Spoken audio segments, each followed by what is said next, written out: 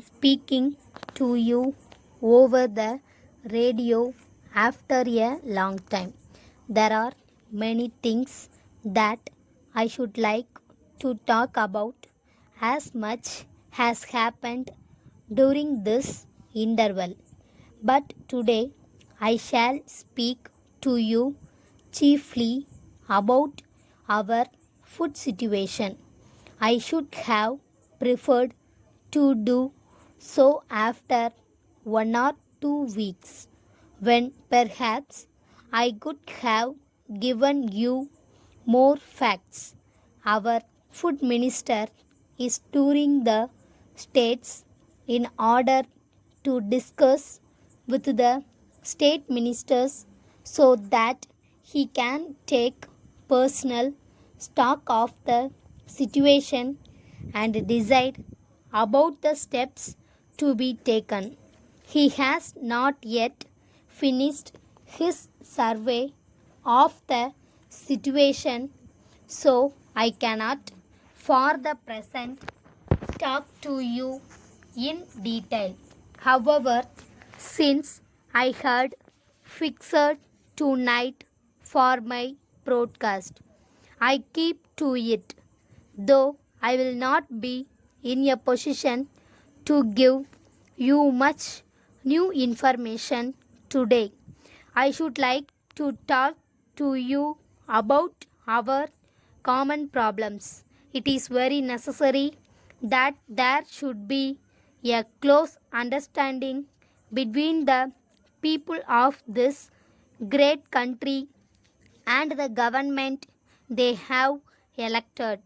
For several years, we have had to face many difficulties in the matter of food.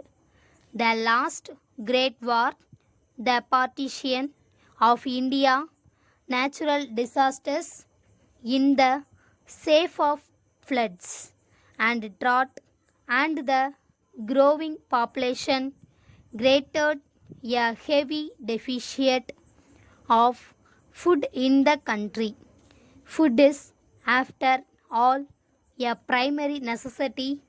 If we fail in feeding our people well, we can make little progress in other directions.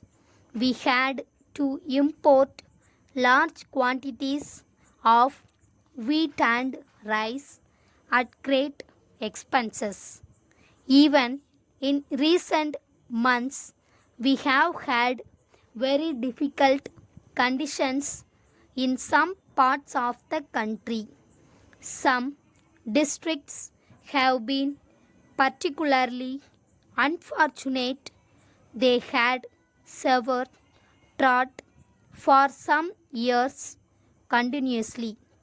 We sent our army for relief work, and from all accounts, they did a very good job of it. Indeed, steps are being taken to reduce the prices of wheat and rice all over the country.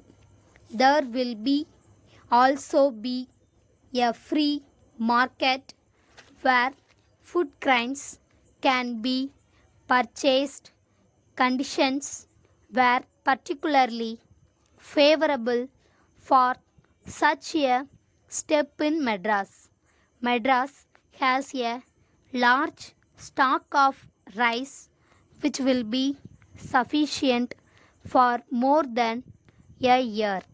If we calculate on the basis of the present quota of rations.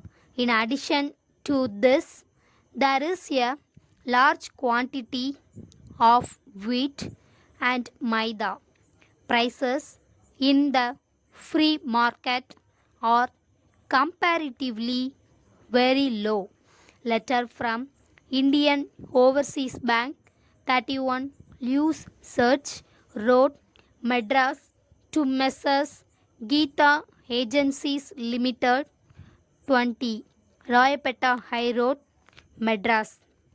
Dear sirs, we have received your letter dated the 7th instant, in which you have complained that your check dated the 3rd October 1981 for rupees 900 in favor of Mr. Kumar was refused payment by us. The check was dated 3 days prior to its presentation. We had also tried to contact you over the phone on that day but could not get at you. In the absence of a request for a temporary arrangement by way of an overdraft, we were forced to return the check on that day with the usual endorsement. We feel very sorry indeed for what has happened. We hope that you will give your full consideration to our explanation and request you to continue to have your account with us as usual, assuring you of your best services. Yours faithfully.